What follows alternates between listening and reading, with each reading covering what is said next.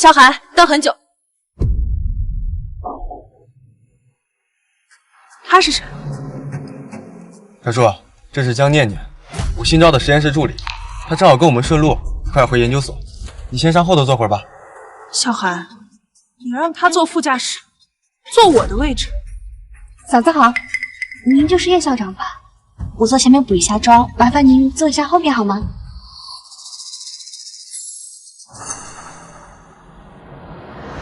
补妆？你一个助理，妆都补到你老板身上。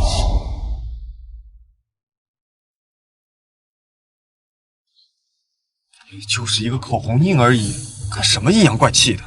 叶校长，您别误会，这个口红印子是刚刚萧教授帮我系安全带时不小心蹭到的。啊，你听到了？念念都已经解释清楚了，有什么事情咱们回去再说。先让后头坐着。凭什么？谁告诉你这个位置能让别人坐的？现在立刻给我下车！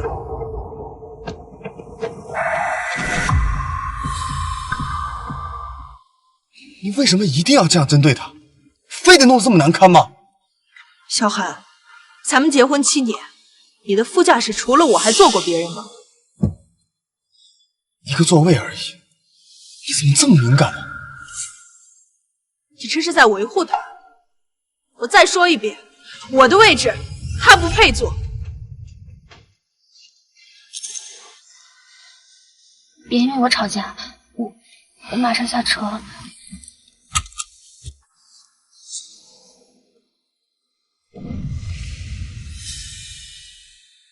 这是我的衣服，萧寒，你拿我的衣服去给他垫座位。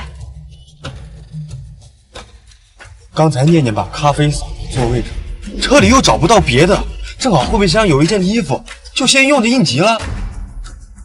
对不起啊，叶校长，这衣服一看就价格不菲，我不会私拿的。等我洗干净就还给您，您还可以接着穿。你想的可真周到，我是不是还要感谢你的善解人意啊？行了，难道让念念直接坐在尸座位上吗？不是说了只是应急一下。萧寒，这件衣服是我们结婚周年的定制款，你说过全世界只此一件，连我都舍不得穿，你竟然拿去给一个助理垫座位。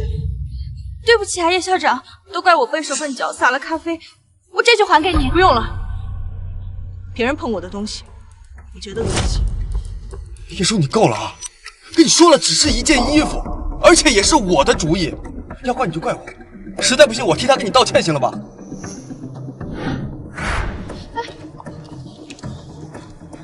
你有什么资格替一个外人去道歉？好了，别生气了好不好？对不起，我给你道歉，行了吗？咱们没有必要为了一件衣服吵架了。你不在的这段时间里，念念她给了我很多的帮助，研究能有这么大的进展，都是她的功劳。念念，这件衣服不用你还了，就当是我给你的补偿啊。谢谢萧教授。别生气了，老婆。回头我给你订一件比这件衣服更贵的。这是萧寒，我们第一次约会抓的娃娃呢？去哪儿了？你先别激动，听我跟你说。叶校，那个娃娃的款式都过时好多年了，我感觉跟萧教授的气质不太搭，所以就帮他换了一个。换了？谁允许你动我车上东西的？是萧教授说我可以随意布置车内的东西的，所以才帮他换了一个全新的。那是我的东西，给我找回来！不是你至于吗？一个旧娃娃放了那么久，换了就换了呗。是啊，叶校长，您不知道吧？现在流行的都是这种可爱的款式，可能我们年轻人的圈子，您这个年纪不太懂。萧寒，这个娃娃是我们第一次约会，你抓了1个晚上才抓到的。你说过他会见证我们所有的好运气，现在你嫌他旧了，碍你眼了。不是这个意思，不是，你非要这么无理取闹吗？把它还给我。找不回来了。我看它旧旧的，以为是没用的东西，就给扔了。扔了？好，那你现在就去给我找，去垃圾站给我找回来。你没完了是吧？垃圾站里那么多垃圾，怎么可能找得回来？不就是一个破娃娃吗？你非得这样难为一个女孩吗？破娃娃，小寒，我这么对她，你心疼是吧？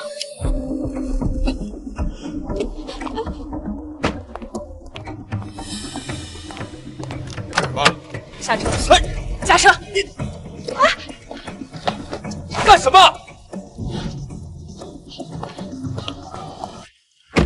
你也滚下去，跟他一起去找。我的车不再在我东西。叶叔，你冷静点。要干什么？你说，你说，你疯了！肖教授，对不起，我不是故意的。我不知道那个娃娃对他来说这么重要，我马上去找。不用了，江念念，忘了告诉你，你已经被从研究项目中除名，不用再回研究所了。叶叔，叶叔，叶叔，哎，叶叔！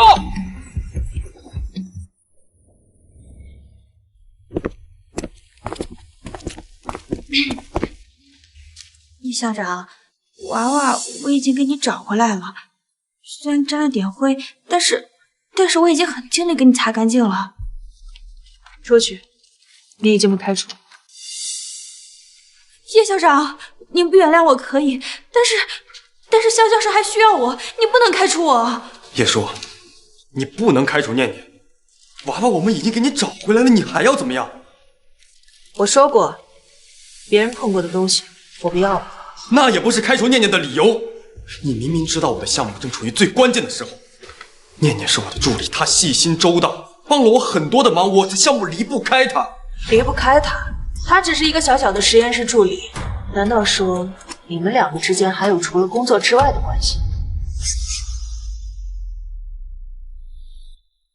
我跟他之间什么都没有。你看看你现在变成什么样子了啊！就因为一点无端的猜忌，就要毁掉我这么多年的心血。你什么时候变得这么不可理喻了？这件事情没得商量。如果一个小小的实验室助理就能毁掉投资几千万的项目，那我确实需要重新评估一下你的工作能力，还有这个项目的风险。你能不能冷静一点，理智一点？我是他的直系上司，我不可能同意开除他。我看需要冷静和理智一点的人是你。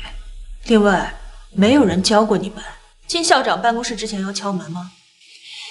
请你们立刻出去。我做的一切都是为了项目。你现在在气头上，我给你时间冷静。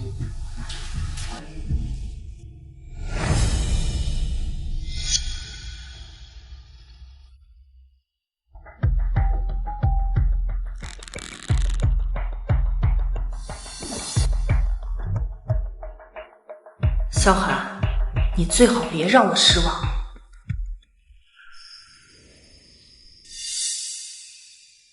感谢偏爱，所有的委屈都知道了。小寒，既然你如此纵容和偏爱他，那我也不用保证你。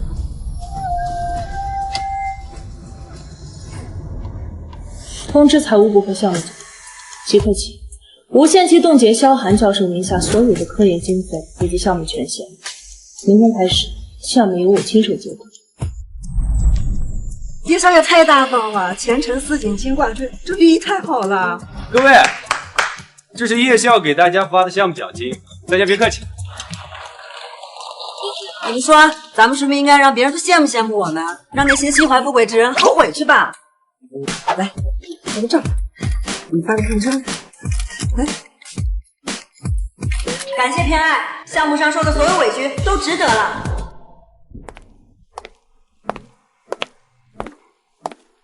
哟，这不是想勾引焦教授上位的江助理吗？这么快就说要铺盖走人啦？想走捷径，也不看看自己配不配。感谢偏爱，所有的委屈都值得了。现在总炫耀了。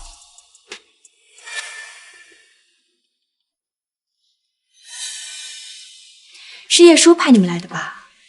怎么他除了会用身份压人，还会干什么？你胡说什么？他不就是嫉妒吗？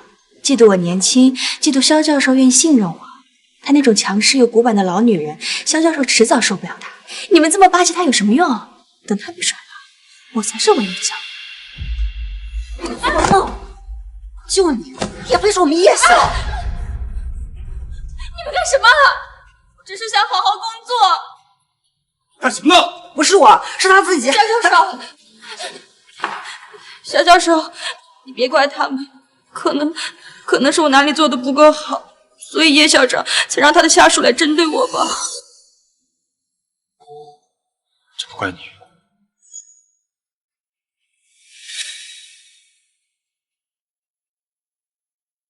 小树他怎么会变成这样？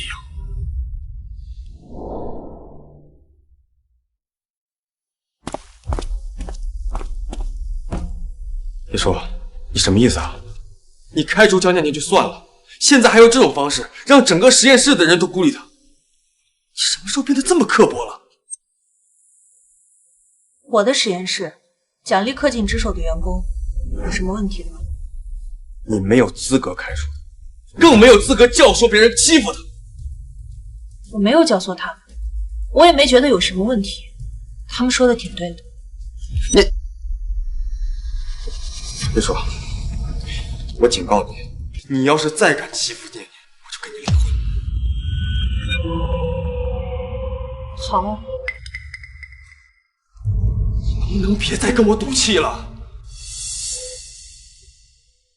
这是你亲手烧制的，我们的第一个对杯。你说过要陪我喝一辈子早茶。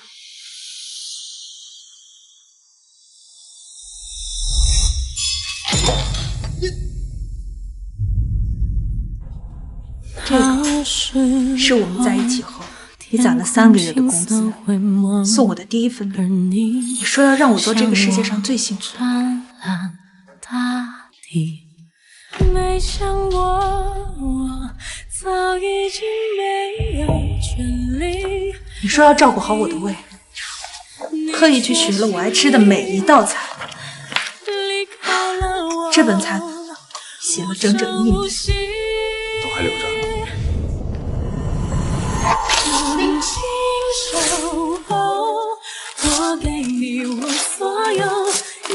现在都不需要。叶叔，我们就非得闹到这一步吗？啊！我刚才说的都是气话，我只是想让你顾全大局一点而已。气话，往往才是真心话。我都是为了项目，项目就是我的命，你能不能成熟一点？你只要不拿走我的权限，不开除江念念，我们还可以像从前一样。跟以前一样？你凭什么觉得在你一次次用我的感情做筹码，甚至用离婚威胁我之后，还能像以前一样？不会再让我对你的爱变成你用来攻击我的武器。或许就是因为我太纵容你，才让你觉得无论你做什么，我都会站在原地等你。我做这些都是为了谁啊？项目成功之后，最终的受益人是谁？我一直都是爱你。爱我，小韩，你的爱太勉强了。你说，小韩，从今以后，我会把我对你的爱全体一点都不剩的收获，包括我给你的权限，一起作废。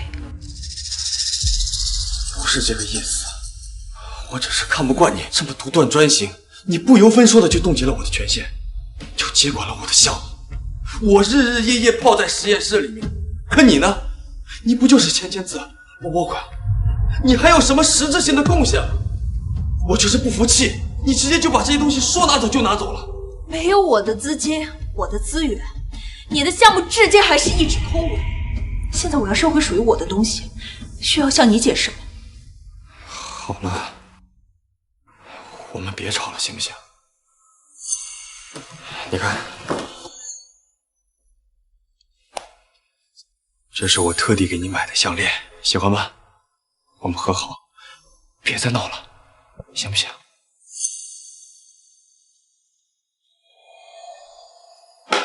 还有这个，你看，之前那个娃娃太旧了，丢了就丢了。这个是念念，这个是小年前特地帮我挑的，几万块钱一个呢。你看，是不是比之前那个娃娃更可爱？东西我也给你买了，欠我也给你道了，就别再跟我怄气了，行不行啊？小寒，你还真是无药可救。我在乎的从来不是它是不是更贵，是不是更好看，我在乎的是那个见证我们幸福回忆的时光。至于这条项链，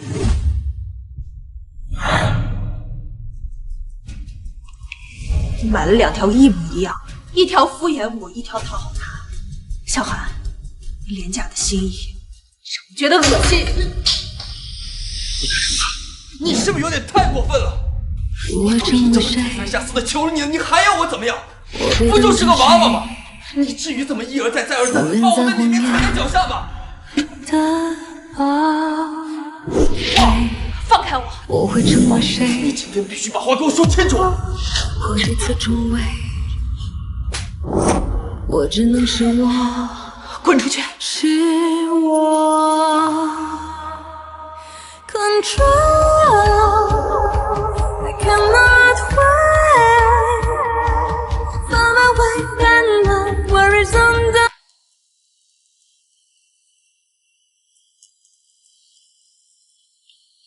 叶晓，这个模型从一开始就是错的，怪不得无法分析。叶笑，您脸色太差了，要不我送您去医院检查一下？没事，老毛病了，先把数据修复再说。项目也不急于这一时，我先送您回家。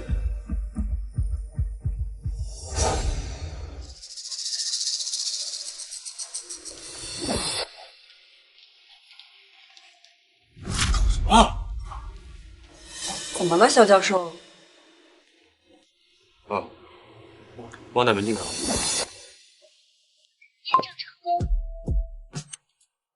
好我也说，你走得可真绝。叶舒人呢？叶宵他身体不适，先回家了。项目一团乱麻，他都不找时间休息。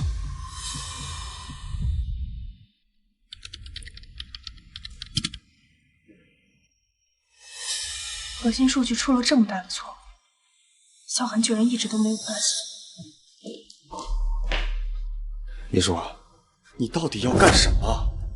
项目现在正处于最关键的时候，实验室你说接管就接管，现在又躲在家里休息，你怎么一点责任心都没有？我把拼来的资源和平台都给了你，你却把项目搞成这样，现在居然还敢来指责我！你在胡说些什么？我只知道你现在根本就无心工作，是不是只要一点不顺你的意，你就可以放下一切都不管？难道非要项目黄了你才开心吗？你自己看看，基于这套错误数据，你之后所有的推导都是空中楼阁。你说，你怎么了？你怎么变成这样？为什么不告诉我？项目有我，用不着你操心。你能不能别再任性了？我是不是早告诉我，不要开除江念念？现在好了，你用这种方式把他赶走，项目一团乱麻，你也变成这个样子，这个结果你满意了？你知不知道，你细心周到的江念念，连一个基础的数据纰漏都没有检查出来。他只是一个新人，你能不能不要再针对他了？我这也是为了你的身体呀。为了我，小寒，我今天才发现，居然这么虚伪，你就死了这条心吧。我是不会把项目交给你。不可理喻，那就在这好好养病。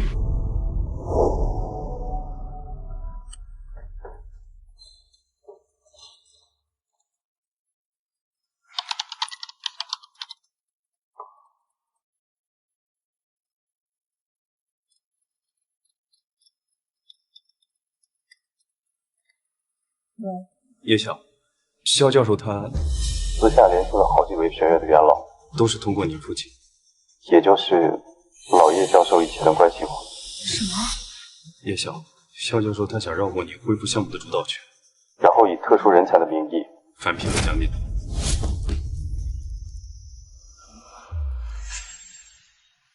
他怎么敢？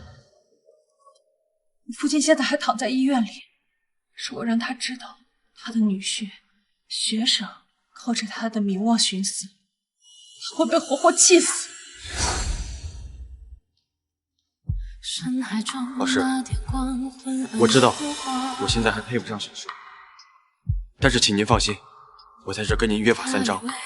第一，我会永远承担起丈夫的责任，永远偏爱他，把所有的爱都给他一个人，此生绝不负他。第二，我会永远支持、尊重他的事业，陪他一起并肩前行。第三，绝对不会玷污您的亲母，在学术路上堂堂正正的走下去。为何爱梦正与我牢笼？为何等待都徒劳无功？为何承认这也像困兽？我一步一步把他捧到最高处，获取他的事业，不是为了让他踩着我和我爸的脊梁，满足他的私欲，去护着另一个女人。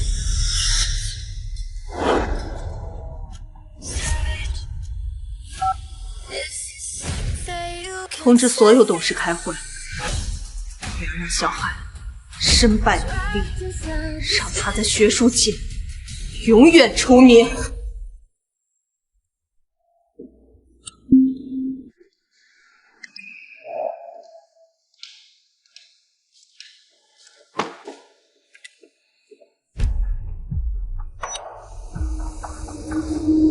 你没完了是吧？垃圾站里那么多垃圾，怎么可能找得回来？不就是一个破娃娃吗？你非得这样难为一个女孩吗？这个娃娃是我们第一次约会，你抓了1个晚上才抓到的。你说过他会见证我们所有的好运气，现在你嫌他旧了，碍你眼了。你要是再敢欺负店里，我就跟你离婚。好，小海，从今以后，我会把我对你的爱全部一点都不剩的收获，包括我给你的权限，一起作废。垃圾就该待在垃圾堆里。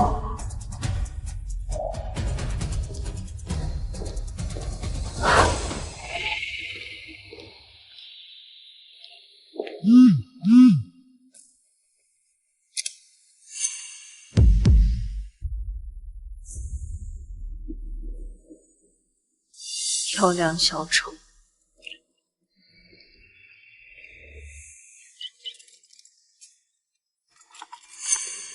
喂，张律师。叶小姐，按照你的最终指示，离婚前的财产分割方案已执行完毕，江海名下所有由你及叶家资源转化的资产已完成剥离冻结，相关法律文件准备就绪。很好，把协议准备好，随时让他签字离婚。新闻发布会之后，我不仅要让他净身出户，我还要让他被学术界彻底除名。你刚才说什么？什么离婚，什么除名？你把话说清楚。字面意思，你难道听不懂吗？你能不能不要再赌气了？能不能理智一点？我承认我的做法是有一些欠考虑，但是我这么做都是为了实验室，为了我们共同的未来嘛。我和你已经没有未来了。你别说这些气话了，行不行？我们这么多年的夫妻感情，怎么可能说放就放？项目已经收尾了，等项目成功了之后，这些所有的问题都会迎刃而解。相信我，我们会越来越好的。你说的对，以项目为重。既然你口口声声说为研究所考虑，那就按规矩来。江念念的返聘必须走研究所的正式流程，公开接受所有董事的质询。这个是特殊人才的返聘协议，签了它，江念念的返聘才算合规。否则我有权以程序不合法为由，立刻将他请退。你什么时候想通啊？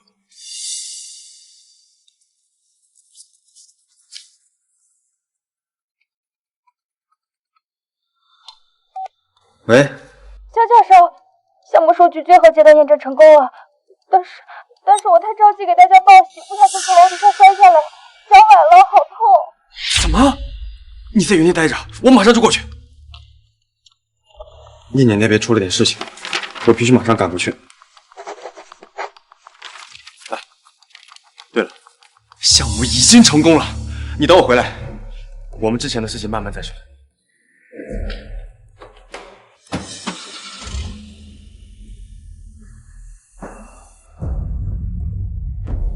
萧寒，这条路是你自己选的。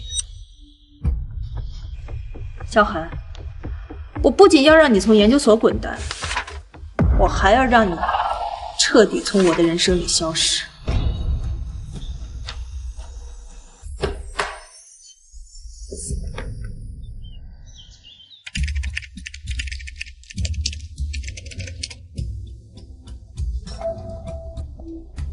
成功了！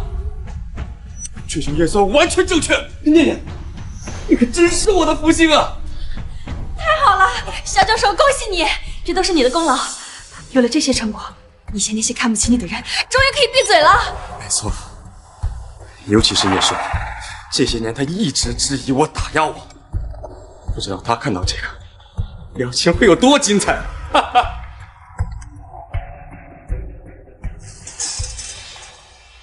肖教授，我之前发布了关于你项目成功的帖子，现在全网都是关于你的讨论，还有很多说找你投资合作的，你快看手机。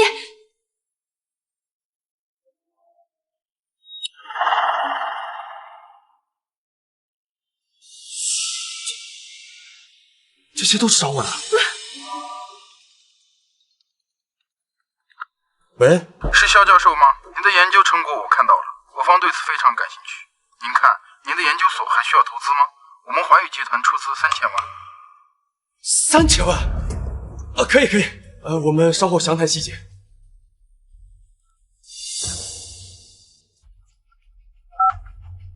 喂，肖教授您好，不知道您目前的研究有没有注资关系？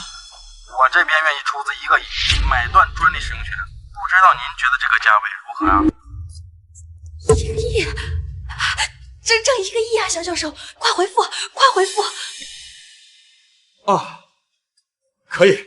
稍后我加您联系方式，我们详谈。哎，1个亿呀！喂，肖教授，我知道你的来意，直接报价吧。我这边意向投资300万。不好意思，不用再说了。我现在这个项目投资人有很多，300万，不好意思，我看不上，你还是找别人吧。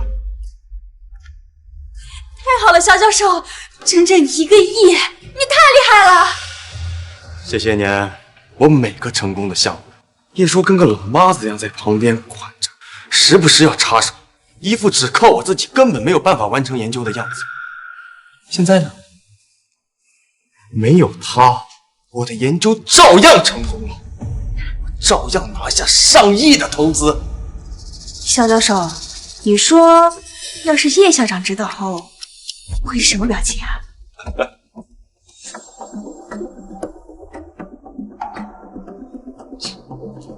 肖教授，这叶校长动作还挺快啊，这么着急就要开成果发布会了，真会抢风头。还算是小叔识时务，知道我这个研究的含金量，总算想起来该讨好谁了。肖教授，那你说这个发布会咱们是去还是不去？去啊，当然得去，还得把刚才这些投资合同全部打出来带上，让他亲眼看看，没有他，我的研究有多成功。叶校，刚得到的消息，肖教授那边的项目已经验算成功。成功？啊，是的，肖教授的助理江念念昨天就在宣传这件事了。今天肖教授出面确认了这件事情后，许多家企业都打来电话开始谈投资了。目前总投资额已经轻松过亿了。叶晓，那开除肖教授的发布会，我们暂缓还是另做打算？不需要，按原计划进行。可是，谁告诉你，一个建立在错误数据上的项目真的会成功？把你之前封存的那份原始数据披露报告，连同萧寒最终验算的数据，一起发送给研究所的顶尖专家，叫他们紧急复核。你是说，我不仅要让他身败名裂，我还要让他在最得意的时候摔得粉身碎骨。发布会照常进行。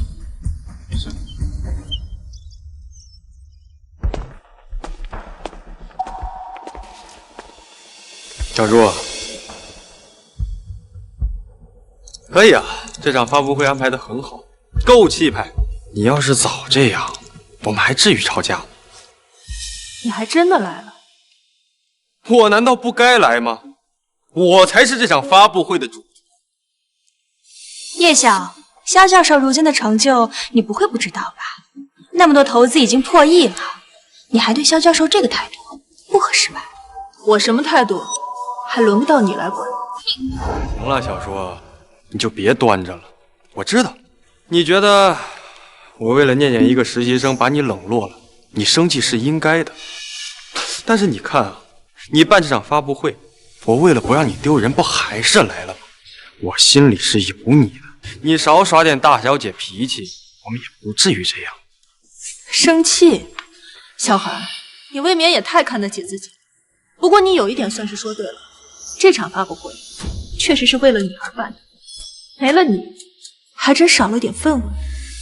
这就对了，只要你在发布会上宣布恢复我首席的位置，我可以既往不咎。我们两个还像之前一样。萧寒，你凭什么觉得你做了这些事情以后，我们还能像以前一样？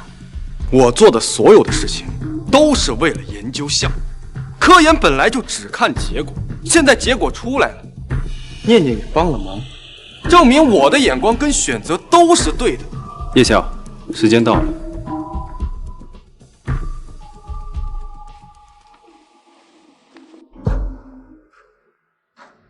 感谢各位董事、各位记者到场。今天召集发布会，是要宣布一项重要人事决议。我宣布，即日起，解除萧寒在研究所内的一切职务，将他永久除名。什么？别说你想罢免我，你没这个资格。萧寒，我是项目的投资人，更是这个项目的负责人。我开除你，是通知，不是商量。你没有资格反对。叶晓，能问一下原因吗？这7年，我在萧寒身上投资了上千万，所有的成果都由我来主导项目方向、核算实验结果，才得以成功。而萧寒萧教授学术不端，能力堪忧，我开除他，合情合理。你放屁！看到了吗？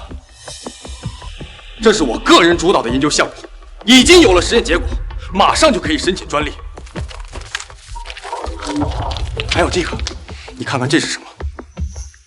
这是3000万的合同，这个是1个亿的专利买断合同。在我的项目成功之后，找我投资的合同都得排着队，而且100万以下的项目，我根本看都懒得看，甚至我都不知道该签哪一个。所以呢？所以我比你这个投资人有能力的多。就因为我对我的得力助手好了一点点，你就编出这种理由想要将我开除罢免？我看应该被开除罢免的人是你。叶晓，萧教授的项目刚刚取得重大成功，在这个时间点上开除研究所核心成员，是否会影响研究所学术上的声誉和后续发展？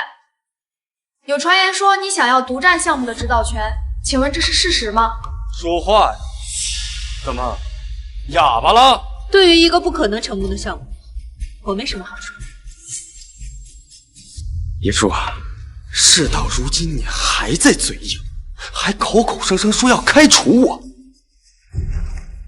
对，我才还是那个将重心放在研究上，对研究所真正有贡献的？而你，不过是因为一点点个人恩怨就滥用职权开除首席研究员，你才是真正的学术不端，品行堪忧。叶晓，您对于肖教授的指控有什么想说的吗？叶晓，请立刻回答问题。叶晓，肖教授确实拿出了实质性的成果，罢免这事儿，应该是一场误会，要不然先缓缓，商讨之后再决定。看来各位董事都是明事理，就不需要我再对你们多费口舌了。叶校长，要不然今天先不必了，我能召开今天的发布会，就说明事情已经没有回旋的余地了。小韩，我再说一遍，你的项目不可能成功，而你也不过是我研究所的一名职员，开除你是通知，不是商议。好啊，叶叔，既然你口口声声提到研究所，那我们就按研究所的章节。重大人事任命需要经过全体董事的集体表决。小韩，你还真是不见黄河不死心啊！行，我成全。我的项目价值，在座所有人都能看得到。你以为各位董事会还会像以前一样支持你？别做梦！我提议罢免萧寒在研究所的一切职务，将他从研究所开除。在座的所有董事同意我的提议的，请举手表决。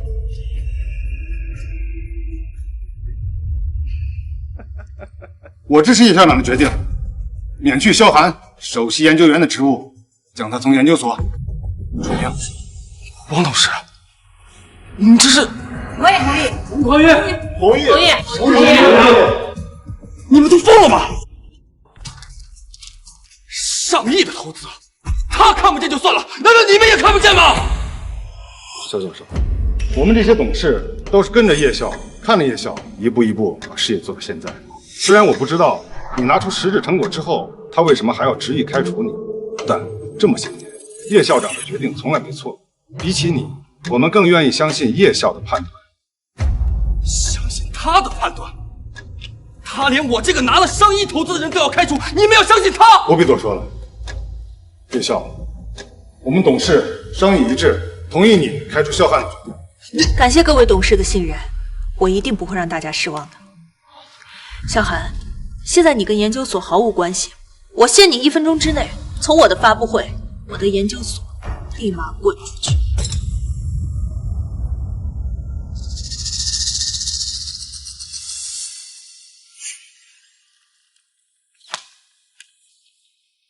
说，现在闹成这个样子，你满意了吗？我不就是没有顺着你的心意，没有开除念念，没有让你插手研究所的事务吗？你就滥用你的权势、你的资历，威逼这些董事会来表决我，你不觉得你很可笑？叶校长，您对此如何回应？在这个时间坚持开除萧教授，是否是嫉妒排挤人才？您将个人情绪置于研究所的发展之上，带领团队排挤萧教授和江助理，失去萧教授这样的首席研究员，这个责任您是否承担得起？叶叔，这些问题你敢回答？我才是为了研究所拿下100亿投资的人，你信不信？只要我走出去，分分钟我就能建立起一个新的研究所。等我拿到了投资以后，我可以买下来你这个研究所几百次。你以为开除我就能断送我的职业生涯了吗？我告诉你，做梦！萧教授，他都这么绝情了，跟他还有什么好说的？我们项目这么值钱，到时候有资金下来，整个研究所不都是你说了算？到时候我看他还怎么嚣张下去。叶叔，我再给你最后一次机会，只要你当着媒体的面为你刚才的无理取闹认错，我可以原谅你。否则，我买下你的研究所，我要做的第一件事情就是把你叶叔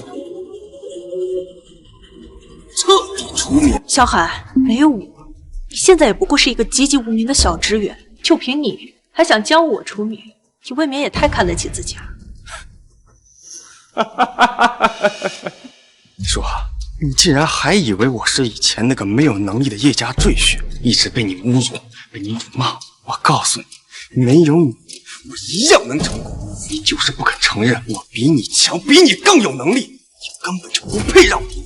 还有你们叶家，不过就是我来时的垫脚石棒。够了！叶家是我父亲白手起家一手缔造的，这些年他帮了你多少，你心里清楚。你不配，也没有资格说叶家半句坏话。保安，把他给我赶出去，立刻，马上！我看你们谁敢动我！叶晓，你也不用着急赶人走。萧教授如今的成就被你这样侮辱打击，他还愿意来参加你的发布会，已经是仁至义尽了。念念说的对，叶叔，看在你们叶家跟我7年情分的份上，在离开之前，我可以给你最后一次机会。萧教授，念念，你别忘了，他一直以来羞辱的人，除了你还有我。你放心，这个公道我一定替你讨回来。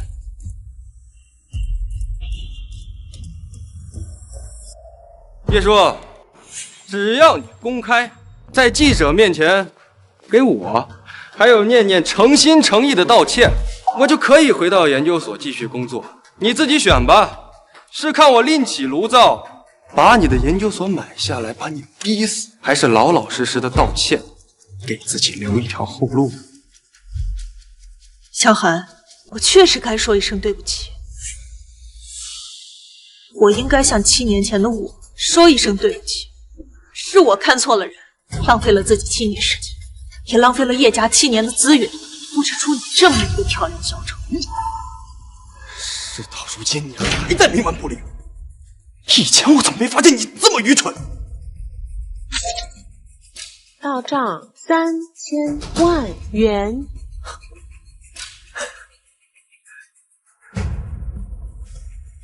看清楚啊，这是其中一份投资合同的3000万款项已经打到我的账户上。等萧教授的研究成果公布出来，拿到的钱足以买下几10座研究所。到时候啊，站错队的诸位可别哭着跪下来说我后悔了。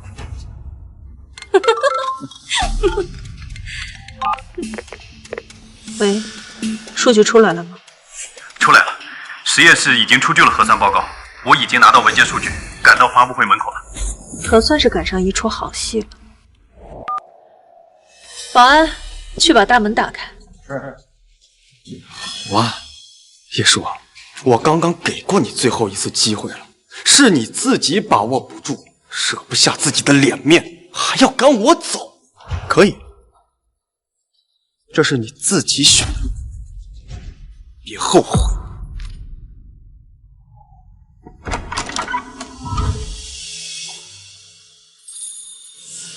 萧寒，你飞黄腾达的梦该醒醒了。叶总，这就是核酸报告。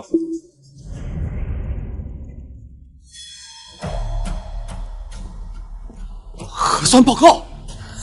别说，你什么意思啊？叶晓，你有什么资格偷拿萧教授的实验数据？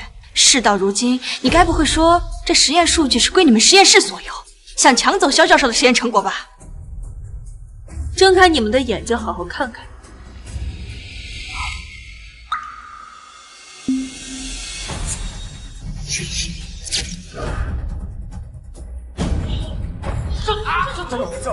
骗了我研究5年了，真是骗子！小韩，这就是你引以为傲的研究成果，从一开始数据就是错的，根本不可能成立。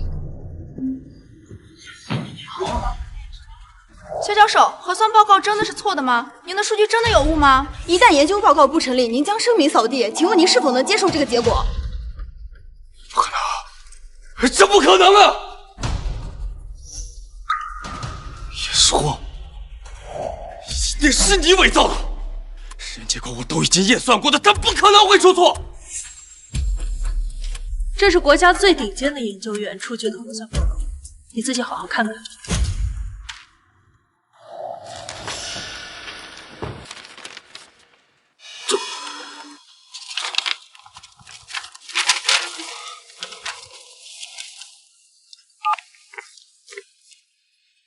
喂，王董，你个骗子，竟然敢学术造假！我要撤资！撤资？为什么呀？我们之前不都已经谈好别再了吗？说了。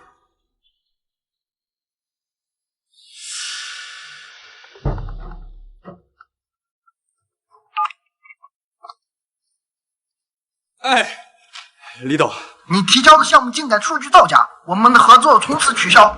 取消？李董，咱们合同不都已经签了吗？而且项目款都已经打到我这来了，没什么好说的。李董，您说的那个数据伪造，那就是个误会。您听我跟你解释啊，李董，李董，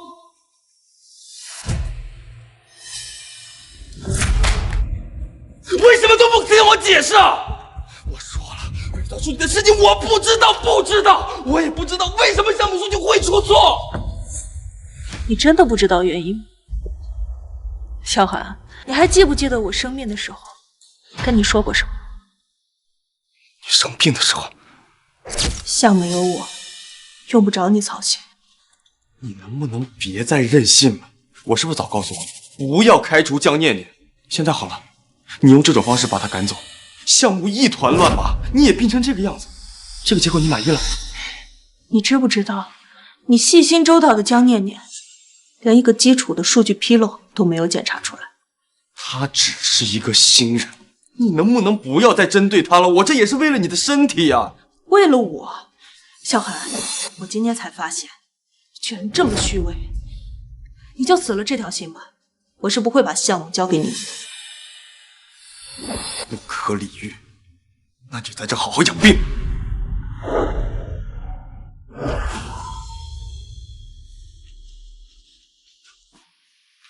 原来你早就知道了。现在明白了，你所谓的成功，从一开始就是海市蜃楼。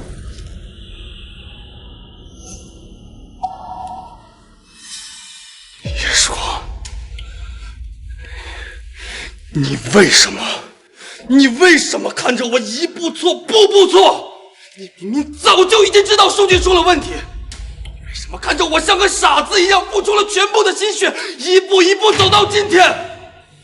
难道你就是为了看着我在最风光的时候从背后给我一刀吗？我们7年的感情啊，你怎么能这么狠心？我早就警告过你，也给了你很多次机会，是你自负又盲目，为了维护江念念，也为了证明自己是对的，亲手签下了那个有问题的报告。是你自己亲手毁掉了自己的心血，你今天的下场都是你活该。网上最新消息，几位权威专家同步发布了针对数据的推导分析，一致认为核心数据存在巨大纰漏，结论无效。学术打假官网已经将萧寒的案例列为典型案例，他的学术声誉全完了。肖教授，您对此还有什么想说的吗？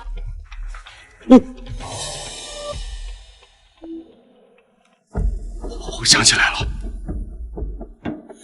念念，这份数据是你亲手核算完交给我的，不是我出错了，是你算错了，你害死我了。不行，我已经得罪了叶叔，不能再让萧寒记恨我了，在这个圈子我就真的混不下去了。肖教授，我不是故意的。肖教授，我只是个实习生，经验不足。我以为这个数据是对的，我真是太想帮您了。我看你为这个项目每天熬那么多夜，叶校长还一直打压你、质疑你。对不起，肖教授，我不是故意的，是我太笨，是我太心急，对不起，是我害了你。叶校长，一切都是我的错，是我害了肖教授，我求求你别开除肖教授。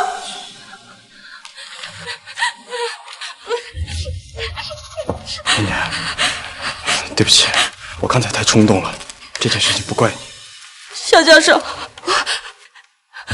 我愿意主动离职，只要叶校长能原谅我的过失，我全能于你。这不是你的错，也不是故意的，别怕，有我在呢。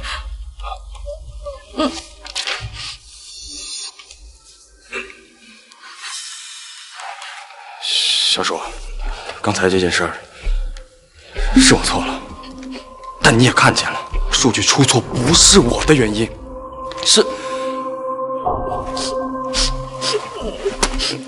念念她也不是故意的，她只是个实习生，她太想帮我了，所以才出错。我向你保证，她以后绝对会小心的。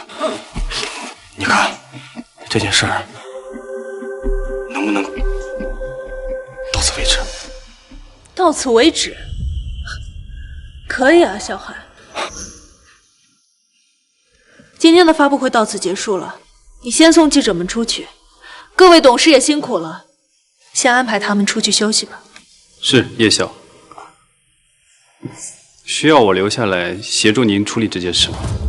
不需要，这是我的家事，我看错的人我自己处理。是。各位，请吧。小叔，刚才我那么对你，你还敢再给我一次机会，我就知道我们7年的感情绝对不是假的，你心里还是有我的。你放心，我绝对不会再这样。放心，我一定会好好的。别再自作多情了，小韩。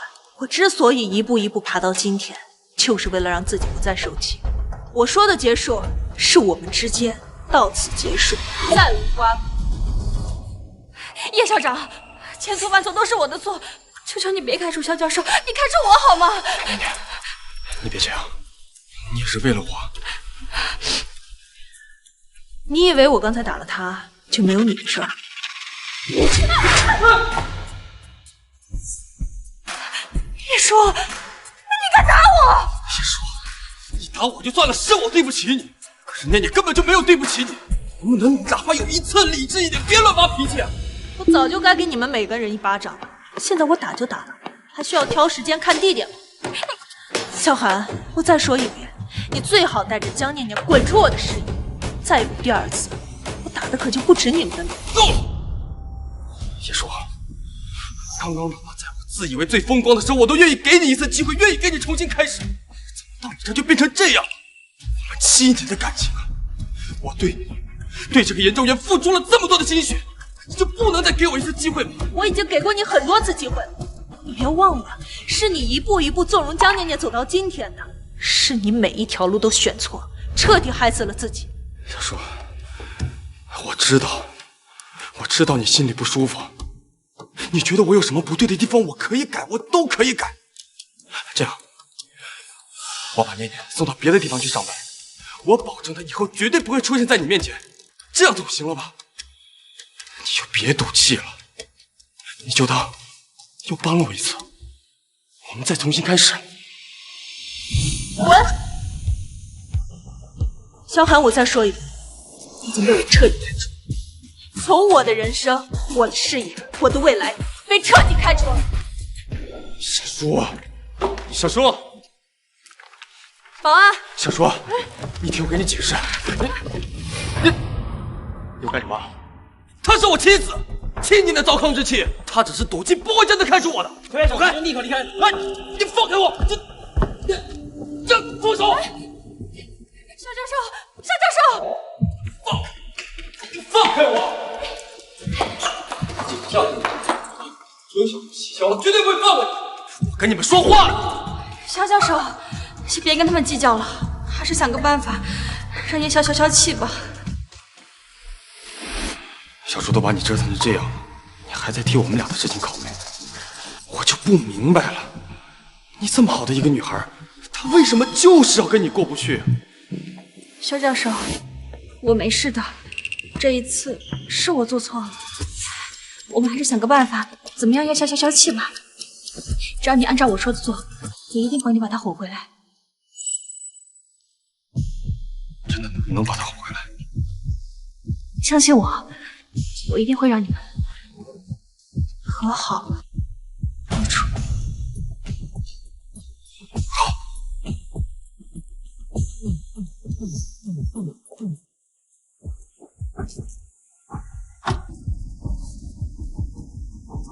丽丽，这次还真是多亏了你，要不是你帮我挑选这些礼物，我还真不知道该怎么哄好她。这都是应该的，只要你能和叶校长和好，我什么都愿意做。真是个蠢货！这些礼物拎回去，叶叔只会更加生气。你们这一辈子都不可能和浩如初了。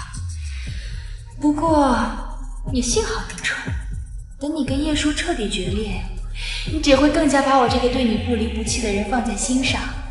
你这么多年的身家资产，我还不是手到擒来？念念，走啊！来了。叶叔，萧寒只是犯了点小错误罢了。他有能力又有钱，给你几百万的道歉礼物，说买就买，钱都不眨一下。你看不上，我看得上，你就等着看我花着你老公的钱享受吧。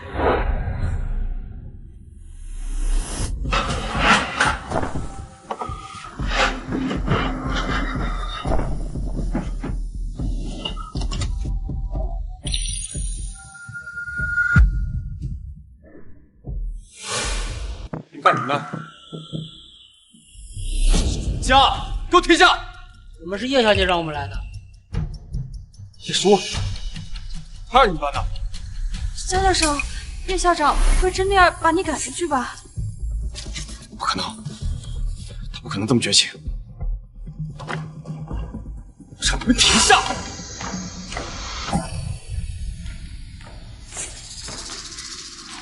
小叔，你为什么从当空家里？是不是疯了？萧先生，您已经和叶校毫无关系了，请保持距离。你算个什么东西？我在跟叶叔说话，让开！有什么话站在那儿说。这是什么意思？小叔，你难道一点夫妻情分都不讲了吗？萧寒，你别搞笑了，你竟然到现在还觉得我们是夫妻。老婆，对不起，我知道错了。你看，我给你买了很多礼物，项链、手镯，还有限量款的包包，都是你最喜欢的。萧寒，你是不是觉得你买了这些东西，之前的事情就可以一笔勾销了？那你还要我怎么样？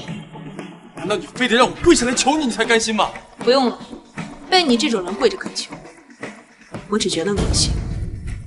带着你买的这些垃圾给我滚出去！我不需要。垃圾，这些都是花了几百万，念念陪着我一件一件挑的。你不喜欢你可以不要，但你也不用说这么难听的话吧。念念帮你挑的。叶校长，我只是想让你和萧教授和好，没有别的意思。叶叔，别太过分了。念念她就算不懂事，她也已经给你道歉了，你至于这么针对她吗？她只是个实习生，你毕竟也是她的长辈师母，你有必要闹得这么无情吗？我没有针对她。没有？那你……我是在针对你，萧寒。他这个绿茶固然可恶，但是你才是罪魁祸首。是你容忍他对我蹬鼻子上脸，不顾事实维护他，现在来求我原谅，竟然还让他陪着你去挑礼物，甚至为了他对我翻脸，满口指责。是你彻底断送了这段感情。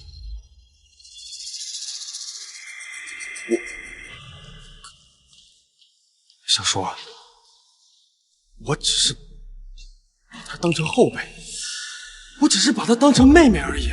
我们才是夫妻啊！难道你连这一点包容跟理解都没有吗？我们在一起7年，你难道一点夫妻情分都不讲了吗？跟你的这点夫妻情分，我早就不要了。你自己好好看看，签的到底是什么文件？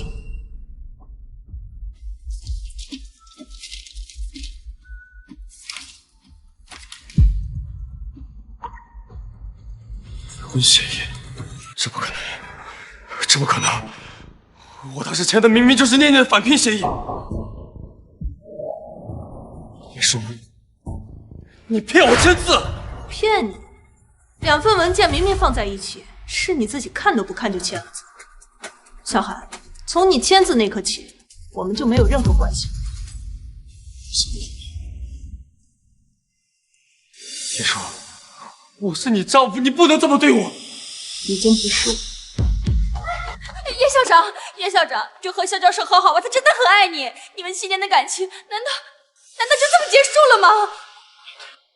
你这点演技不去当演员真可惜了呀！我跟他离婚不是正合你意？叶校长，我真的……闭嘴！懒得看你们这对狗男女演戏。保安，把他给我请出去。肖教授，别说，他也是为了我们和好，他也是一片好心，你凭什么这么对他？这是我的房子，谁有资格进，谁没有资格进，都是我说了算。别说江念念了，今天就算是你萧寒，也要给我老老实实滚出去。沈安，把萧寒给我赶出去。是，叶校。别碰我！叶叔，我对你道歉的态度已经够诚恳，既然你绝情，就别怪我对你无义。女票算了，这幢房子是我婚后买的，算是我们夫妻的共同财产，你没有资格随意处置。我也是房子的主人。夫妻共同财产，看清楚了，这个房子是由我个人出资全款购买的，这个房产证上从头到尾都没有你的名字。行，就算这房子是你的，那其他的家具、装修这些总该有我的一份吧？算了，今天我就跟你把这账算清楚。当初咱们说好的，你买房子，我买家具，这些啊，沙发、茶几，还有地毯、窗帘，都是我刷的卡。别再废话了，你的那点钱，我一点都看不上。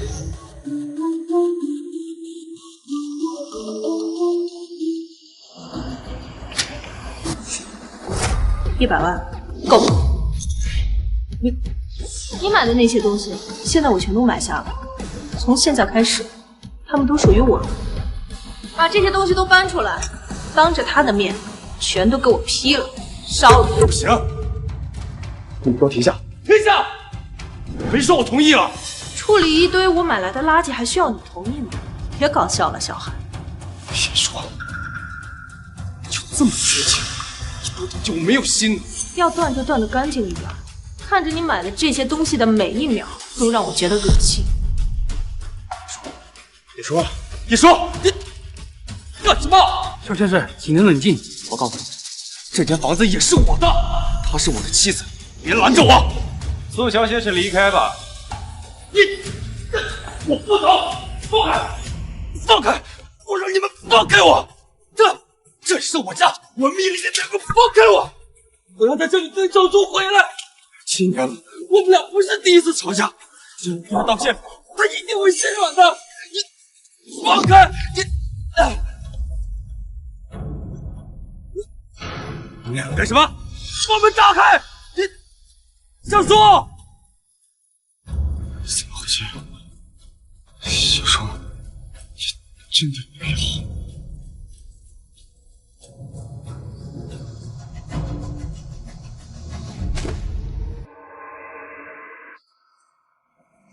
肖教授，肖教授，你终于出来了，我在等你。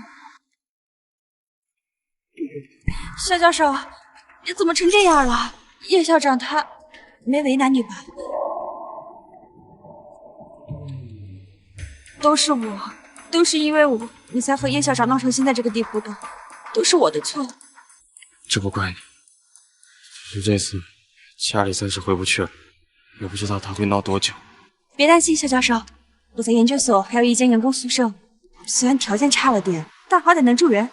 你暂时先到我那住一阵，到时候找叶校长也方便。谢谢，谢谢你。这个时候也只有你还愿意帮我。肖教授，都是我应该做的。走，我们回家。叶晓，你宿舍管理那边通知，江念念带着萧寒去了员工宿舍。员工宿舍？我差点忘了，他已经通过了返聘协议，还是研究所培训工。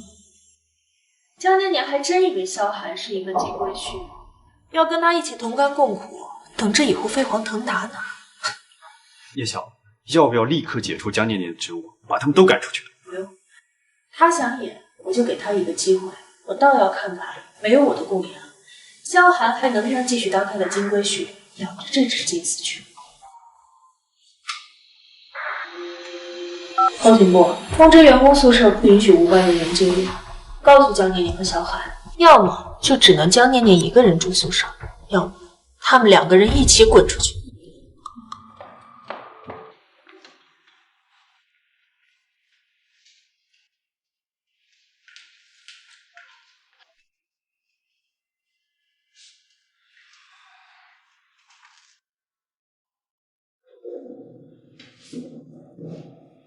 念念，委屈你了，让你一直住在这种地方。只要和您在一起，不管住哪儿都行。还是你对我好，不像那个叶叔，不过犯了那么一点小错就把我往死里整，什么7年7分、夫妻感情，全部都是假的。萧教授，您只是运气不好，但你实力在这儿，我相信你一定可以东山再起的。念念，这个时候也只有你肯相信我了。你放心，等我东山再起之后，我一定好好对你，不像叶叔那样无情无义，一定会让你过上好日子，带你住最大的房子，给你买最贵的包。萧教授，那些我都不要，我只要你好好的。念念，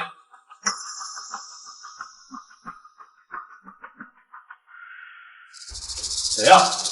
萧先生，我们是研究所后勤部的，这间宿舍只允许公司员工入住，您不能住在这，请您立刻出去！你知道我是谁？你知道我为这个研究所做出过多大贡献吗？当然知道，不过就是个外人嘛。你要不是叶校长，你今天什么都不是。现在你跟这个研究所没有半点关系，请您配合，立刻离开。叶叔他居然这么狠心，连员工宿舍都别让我多待。不让住算了，萧教授，我们走。念念，萧教授，不管去哪儿，我都跟着你。我一定不会辜负你对我的信任。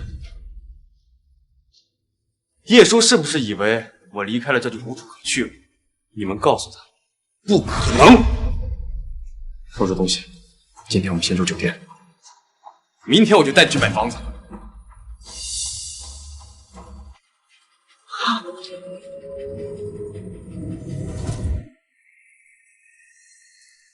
叶晓，萧寒带着江念念出去了，还说是要去看房。看房？就凭他那点薪水？叶晓，您可能忘了，您还有一张用于家庭支出的银行卡，里面大概有1000万左右，而萧寒还拿着可以随意消费的副卡。让他花吧，你去找好律师，准备好证据材料。我要看看他能花多少，更要看看等我追缴这些财产的时候，没有我的供养，他能不能还得起？是。你好，先生女士，请问是租房还是买房？先看看。好的，这边请。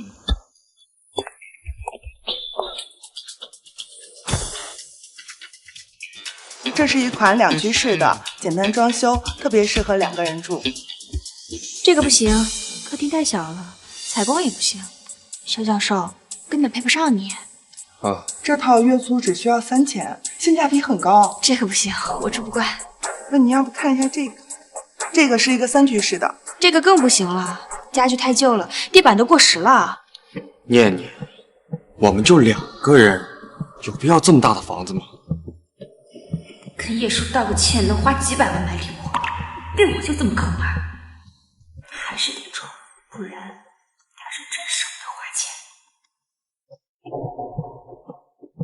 萧教授，对不起，是我先考虑了，我以为你以前住的那些大房子根本看不上这样的。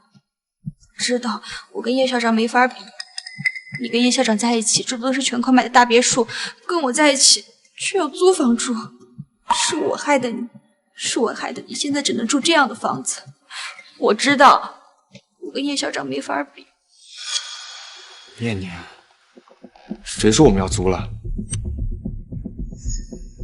那先生您是要？我要买。给我找套别墅。我答应过你要给你最好的，不用找了，就买叶叔隔壁那一套。肖先生，那套别墅正好在售，房主开价1800万。多少？1800万。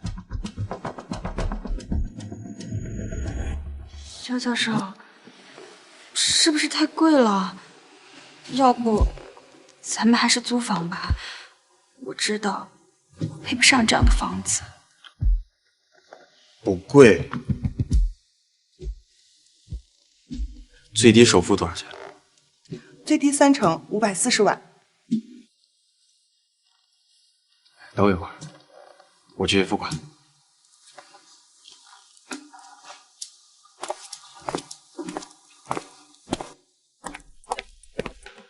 先生，您是刷卡还是扫码？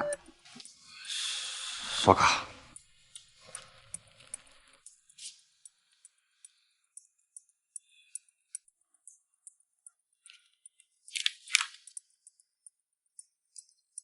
先生，提示余额不足。余额不足？不可能！这些年我也有纠缠过给项目分红，卡里钱应该是够的。等我一下。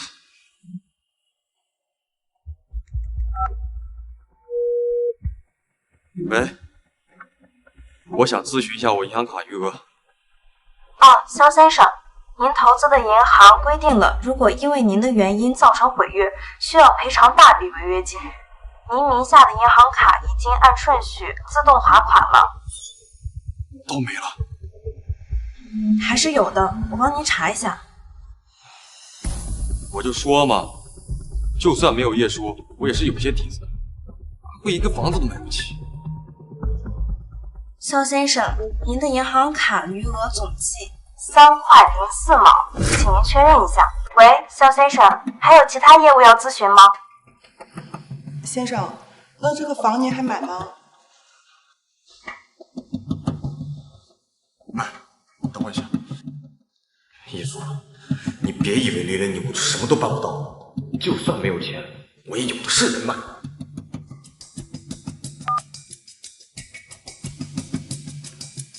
哎，张总，哈哈，肖教授，有什么事吗？就是最近手头有点紧，想找您借点钱周转一下。肖教授，不是我不帮你，但是叶校长那边打过招呼了，我们跟研究所还有合作的，您别让我为难。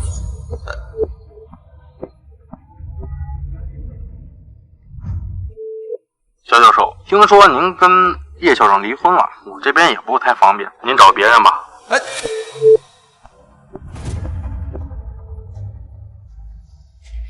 这些老油条，当初叶叔把你们介绍给我的时候，那叫一个阿谀奉承。现在知道我离婚了，都这个德行是吧？肖教授，怎么了？你要是觉得住在叶校旁边实在不合适，那就算了吧，你也惹不起他。如果租房，其实也行，陪我们这种小角色足够了。不行，这房子必须得买。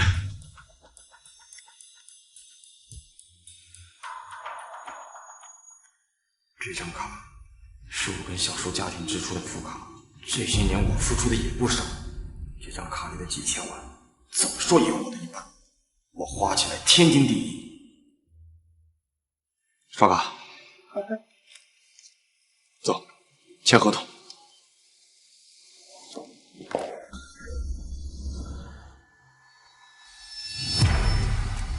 叶晓，怎么了？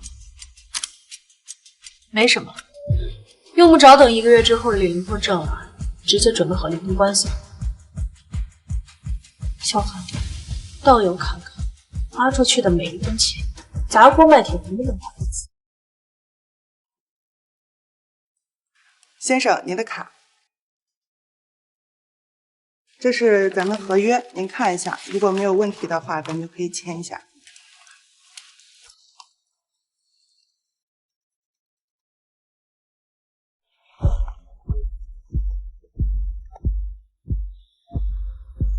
喂，叶叔，你不是说了不顾及夫妻情分吗？现在怎么想起来给我打电话了？怎么看到我跟念念真走，后悔了？自作多情。小韩，我是来通知你，3天之后记得到法院跟我打离婚官司。你连1个月冷静期你都等不了，就这么着急跟我离婚吗？我懒得和你这种人掰扯，老老实实把钱还上，我还可以给你一个净身出户的机会。别侮辱人了，既然这个家你要，预告跟你不客气，那些夫妻共同财产我全部都要分一半，你想一个人独吞？法庭上见。确定？我确定。3天后法庭上见，别后悔。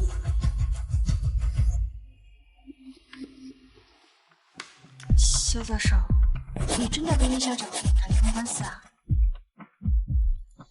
他都把我逼到这个份上，我也没必要给他留面子。夫妻财产1人1半，本来就天经地义。打官司分财产，那岂不是能分到更多？叶叔那么有钱，随随便便分个几千万，到时候这些钱不都是我的？哼，小孩，选，我真是选对人了。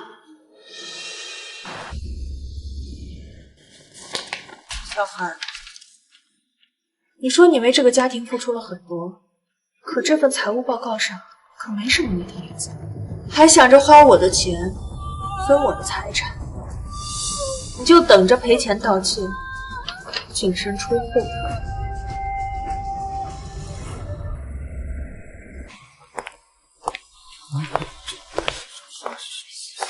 他怎么又来了？居然还敢出现在研究所？就是啊。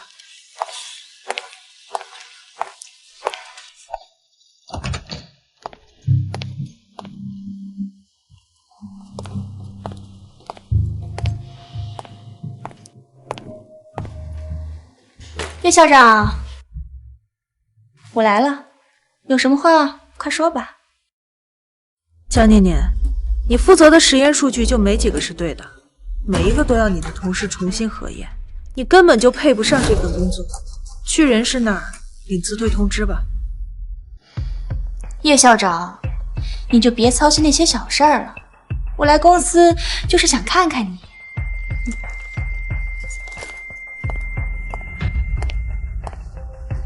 叶校长，你每天那么努力有什么用呢？整天批文件、管项目，累死累活的。不像我，只需要用一点小手段，就能让萧寒对我百依百顺，花几百上千万。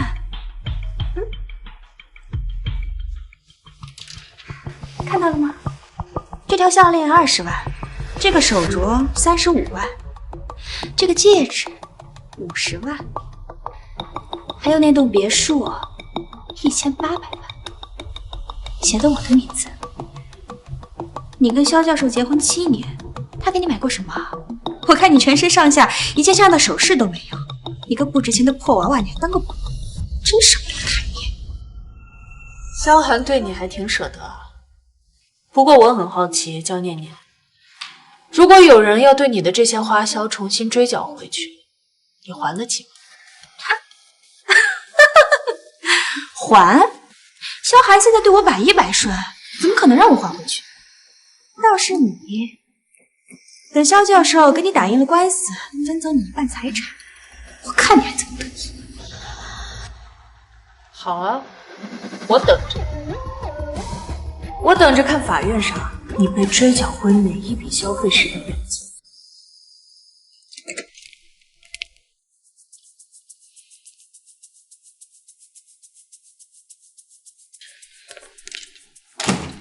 萧教授，你这怎么也不收拾一下呀？哦，我还在进行之前的研究，没空，你弄一下吧。我收拾？对呀，之前小叔在的时候都是他在弄，现在他不在了，当然你来处理了。萧教授，这么大的房子，我一个人怎么能收拾得过来呀？要不咱们请个保姆吧？可以啊，你看着处理就行，我现在在忙，你别打扰我。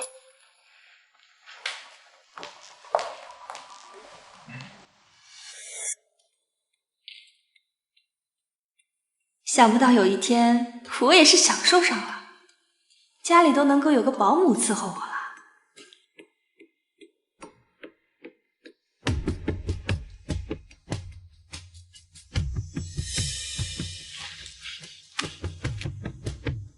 肖教授，你看这个1个月2万，什么都能包，怎么样？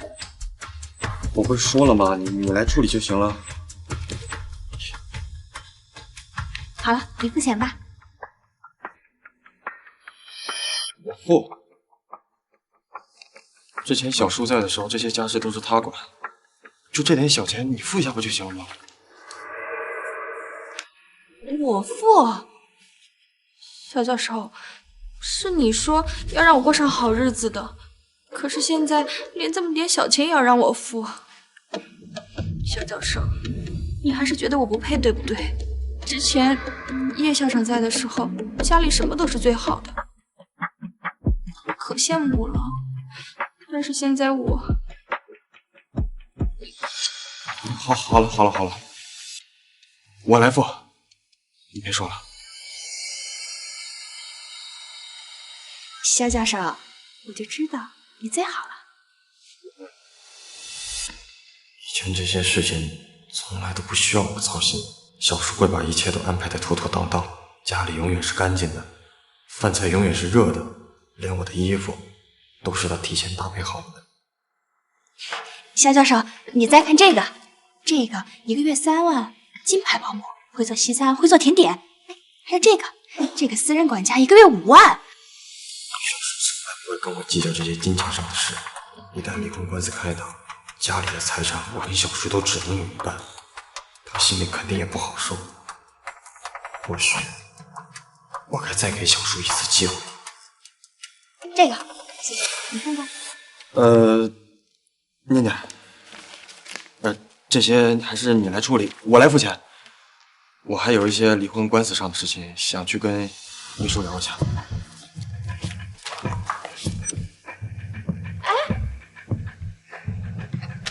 肖教授，肖教授，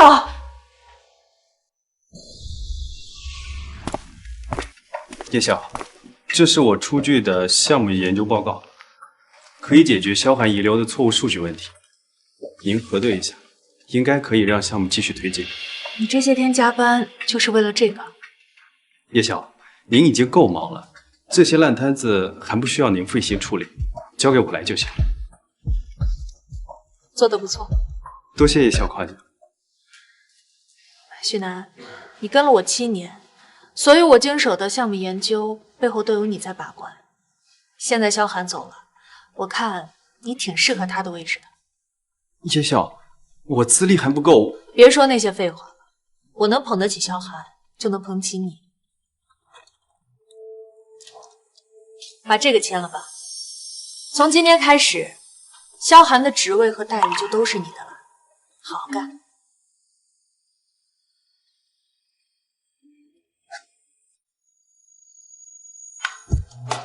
叶晓，我明白了，我一定不会让您失望。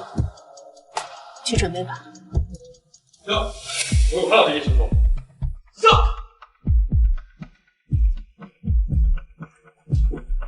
叶校长，对不起，我们没拦住。你先下去。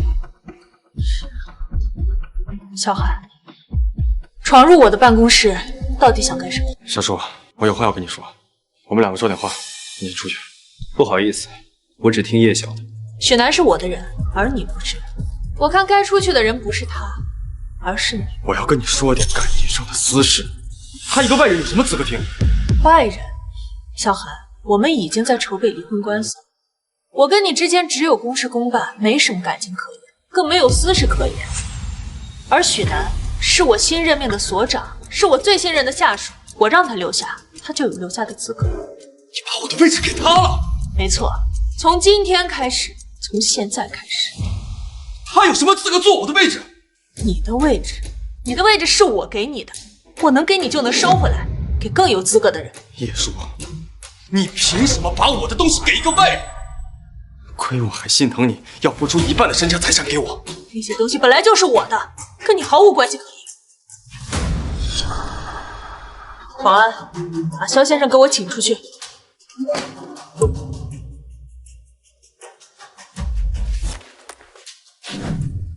好，你给我等着，明天法庭上我会把我这些年付出的全部拿回来，让你彻底后悔。萧寒，我倒要看看明天在法庭上拿回一切的到底是你还是我。确认被告、原告对出庭人员身份无异议。原告萧寒，你可以提起你的诉讼请求以及相关事实和理由了。这些是我跟叶舒女士在婚姻存续期间我所付出的劳务以及金钱，我对家庭还有研究所做出了巨大的贡献。我要求叶舒女士赔偿我的劳务费、精神损失费、项目分红共计1200万元，并且分为她名下的别墅、车辆、存款等财产的一半，总计8700万元3千。8700万，这下发财了！叶舒，看你还能嚣张到什么时候？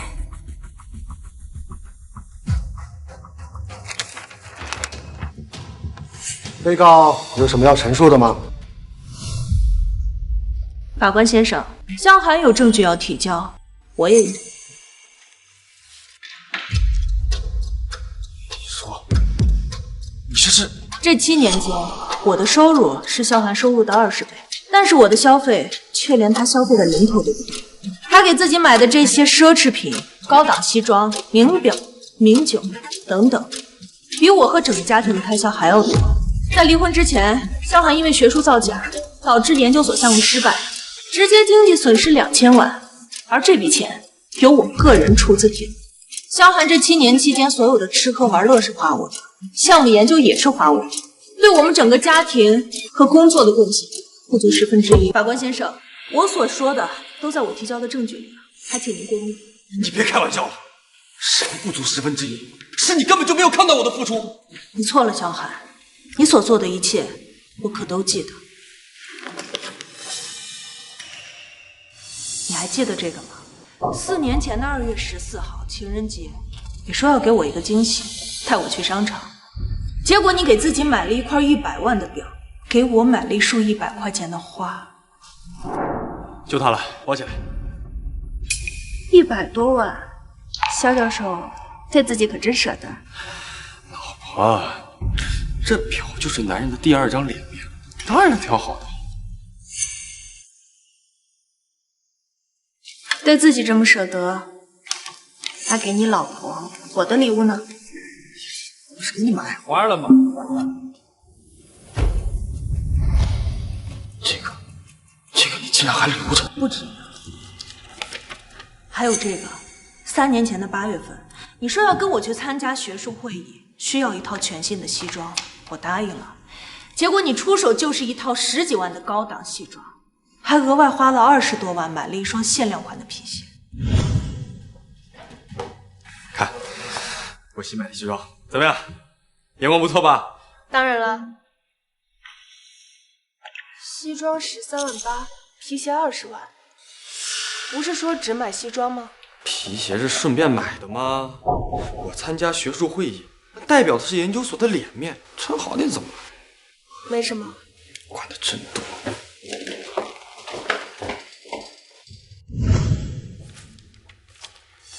还有这些，是你拿家庭资金买的各种高档奢侈品和消费品，包括你前段时间刚买的房子，给江念念买的各种首饰，还有保姆。小韩，花我的钱装大款，真是一点脸都不要。家庭资产，这些不都是萧寒自己的吗？萧教授，你快说话呀！小韩，你真的以为你做的这一切我都不记得了吗？你不用再辩解了，等着你的判决就行。法官大人，我所提交的证据都核算完了吗？是否有误？法庭已对被告叶舒女士提交的全部财务证据进行核实，结果无误。现本法庭宣判如下：全体起立。一、原告萧寒要求分割夫妻共同财产的诉讼请求予以驳回。2. 原告萧寒需赔偿被告叶舒女士各项损失，共计1亿370万3620。3. 本案所产生的诉讼费由萧寒全部承担。退庭。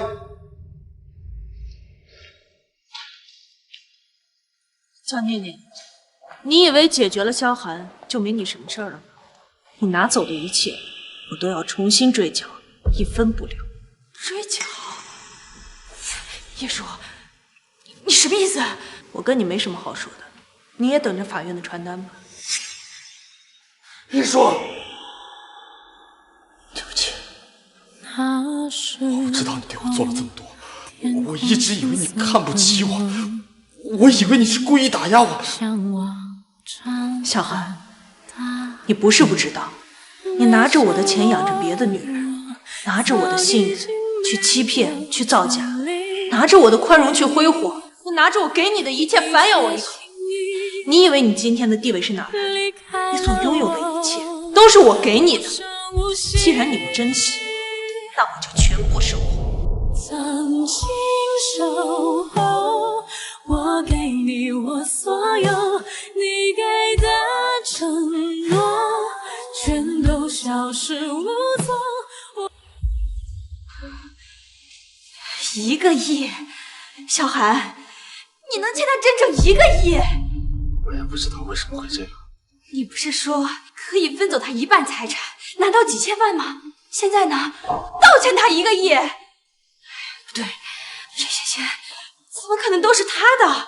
你跟他结婚整整7年，没有1分钱存款吗？还不都是怨你？是你的实验数据出错了，所有的投资合同全部都取消了，我还要为此付天价的违约金。事情会发展成今天这个样子，都是你的责任。我的责任。萧寒，明明是因为你自己废物没出息。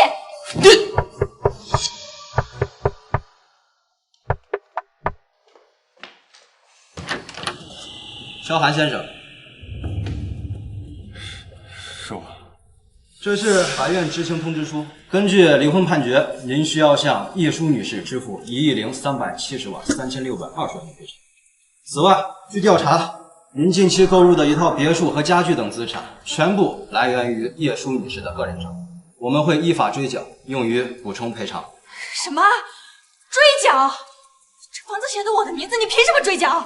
江念念小姐，这套别墅根据调查的银行流水，全部来源于萧寒先生和叶舒女士的家庭联名账户。萧寒先生擅自挪用家庭支出，赠与第三者，依法全部都要退回。萧先生，注意强制执行的最后日期。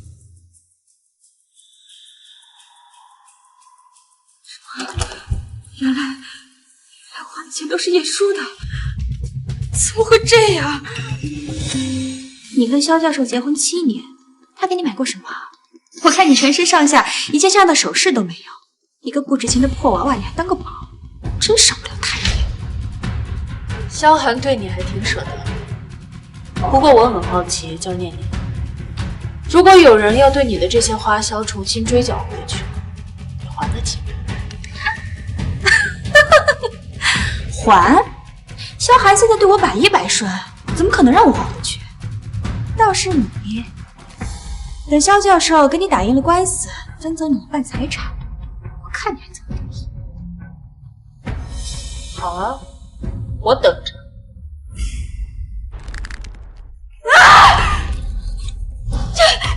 萧寒，你就是个废物！亏我还跑去跟叶舒炫耀，我说我选对人了，原来从头到尾我就是一个彻头彻尾的傻子。怪我，还不都是为了你啊！先不说这个了，你赶紧把这个房子卖了，还有我给你买的那些东西都卖了，先还一部分再说。凭什么？这些都是你买给我的，凭什么要我替你还给叶舒啊？凭什么？若凭这一切都是因为你，不是你怂恿我能落到今天这样的地步吗？我因为你离了婚，丢了工作，背了债，你看身上穿的，手上戴的，哪一样不是我花的钱？我可警告你，你别想丢下我，不然你就等着我跟你打官司，就像叶舒跟我那样，把一样一样全部都拿回来。肖教授，这样不行的，整整1个亿啊，我们砸锅卖铁都还不起的。肖教授，我求你了，你去求求叶校长，让他延缓一下日期行吗？我把这些东西都卖了，做一笔启动资金。启动资金？对啊，只要有了启动资金，就可以重新开个研究所，你就可以重新研究了。到时候等你东山再起，还这笔钱不是轻轻松松的事儿吗？对啊，我的项目只是数据出了问题，只要实验能成功，上亿的投资都能拿回来。对啊，启动资金的事儿我去想办法。肖教授，明天一大早就去找叶校长，无论他说什么，你都别生气，他心软了，我们就有时间了。你真的愿意背东西？都买了，现在是一根绳上的蚂蚱。行，你去求小说。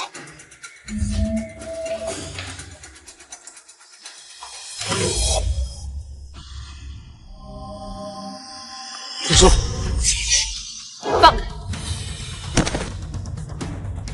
小说，你不就是想让我后悔？你让我认错吗？我认了，我跪下来给你道歉，行不行？你就把还款日期再延后1年，但是我求你了，好不好？你再给我一个东山再起的机会，我也是为了还你的钱，我才这样求你的呀。小韩，你还记得吗？当初你想和我打官司的时候是怎么说的？好，给我等着，明天法庭上我会把我这些年付出的全部拿回来，让你彻底后悔。想让我给你一个机会，你也配？小说，小说，小说！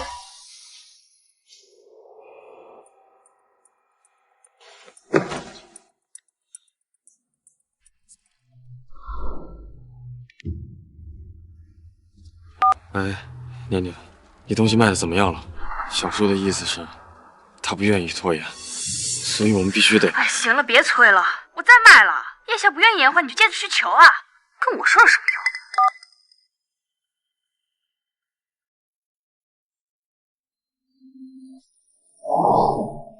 我就知道，你还是放不下我。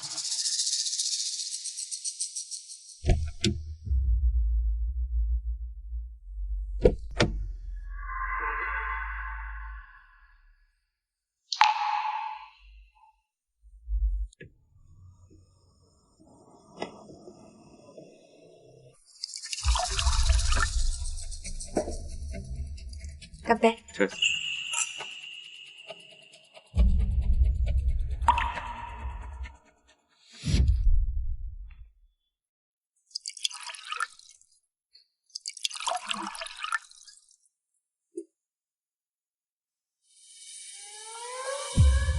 小韩，这家牛排的味道很不错，你尝尝。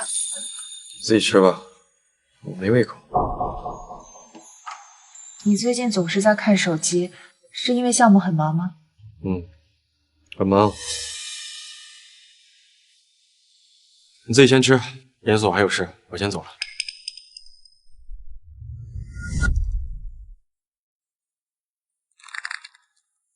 那个位置本该是我的，可是现在……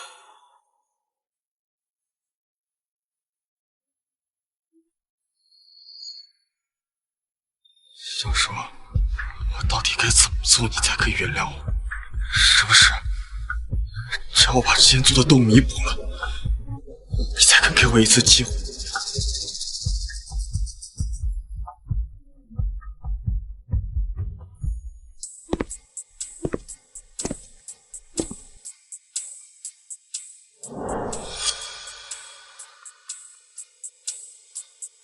这么多年了，你的备用钥匙果然还是放在这里。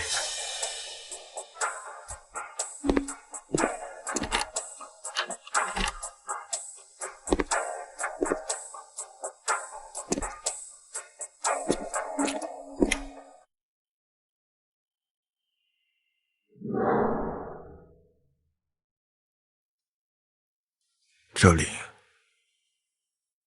还是跟我走之前一样。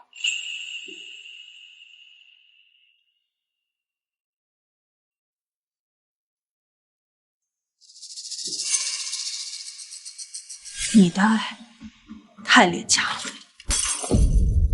你说，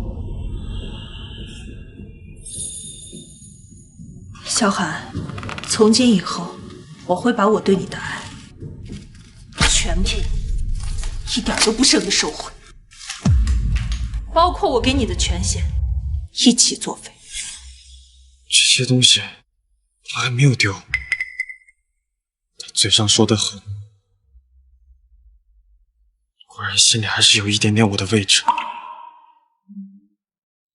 小叔，这一次我一定会让你回头。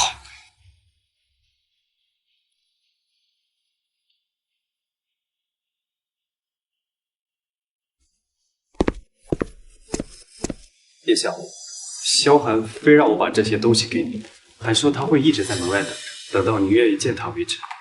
我没办法。我说呢，那些我放在客厅，原本打算让人收走的垃圾去哪儿了？原来是让他偷走了。这些要处理掉吗？全扔了吧。是叶晓。另外，追缴程序已经启动了，萧寒名下的所有资产都已经在走查封流程。还有江念念那边，根据法律规定，萧寒赠与他的全部财产都需要全额返还给你。通知法务，一并处理。对。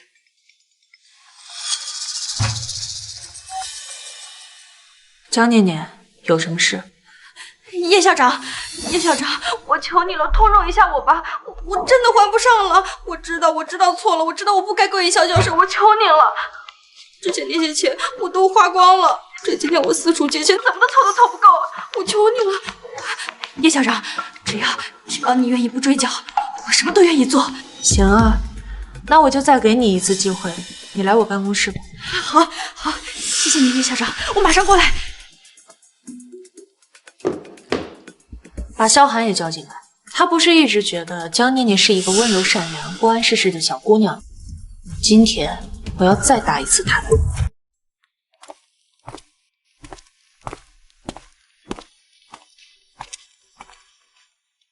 小叔，你终于肯见我了。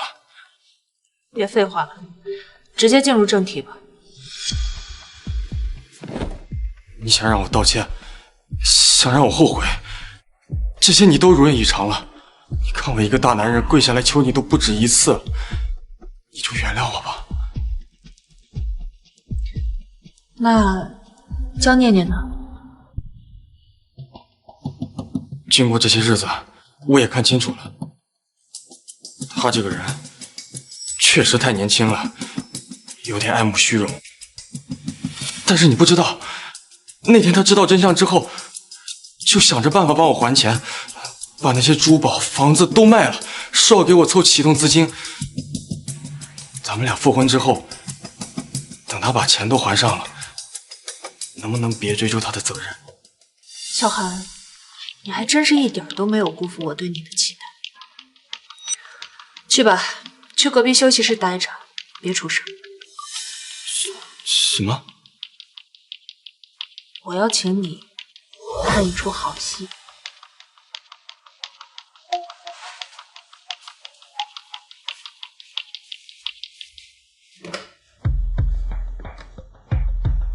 叫江念念进来。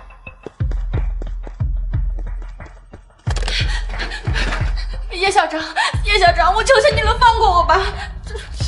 这已经是我全部的积蓄了，以前那些钱我都花掉了，我真拿不出来了。叶校长，我求求你了，你就原谅我这一次好吗？我不想坐牢。减免可以，饶了你也可以，但是呢，得看你的态度。态度？叶校长，你说你让我做什么我都愿意。你和萧寒在一起这么久，他的事情你应该知道不少。叶校长，您早说呀！只要你一句话，我说什么都可以。我可以举报小寒，我可以说是他强迫我，我可以说他的论文数据全部都是造假的。江念念，你不是很喜欢萧寒吗？喜欢。叶校长，我这次是站错人了。但你只要原谅我这一次，我愿意帮你搞死萧寒。你这个贱人！你怎么在这儿？再说的话再说一遍，都是实话。怎么了？自己你是怪谁？那那些钱根本就不是你的，都是叶校长的。你花着别人的钱装到口来，你算什么男人？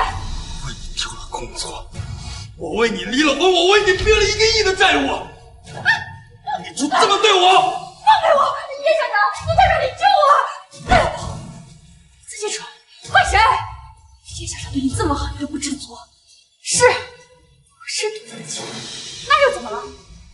心漂亮，我凭什么捧着你？啊，够了！小寒，这里是我的办公室，不是你撒野的地方。小朱，他说的话你都听见了，都是他骗的我。听到了，所以呢？对不起，是我的错，全都是我的错。我不该听信他的鬼话，我不该因为他跟你离婚。对不起，你再给我一次机会吧，我求你了，我发誓，我以后绝对不会再这样，我一定会好好对你，我一定会珍惜你。太晚了，小周，你别这样，我不能没有你，我不能没有你，我不能没有你，我不能没有你。你们的好戏我已经看完了，你们可以出去。不，保安，把他们2个人给我赶出去。小周，对不起，你别赶我走，我真的知道错。滚吧，从我的视野里消失，再让我看见你们的话，你付出的可就不止今天的代价了。你放开我，我会等你的，我一辈子都会等你的。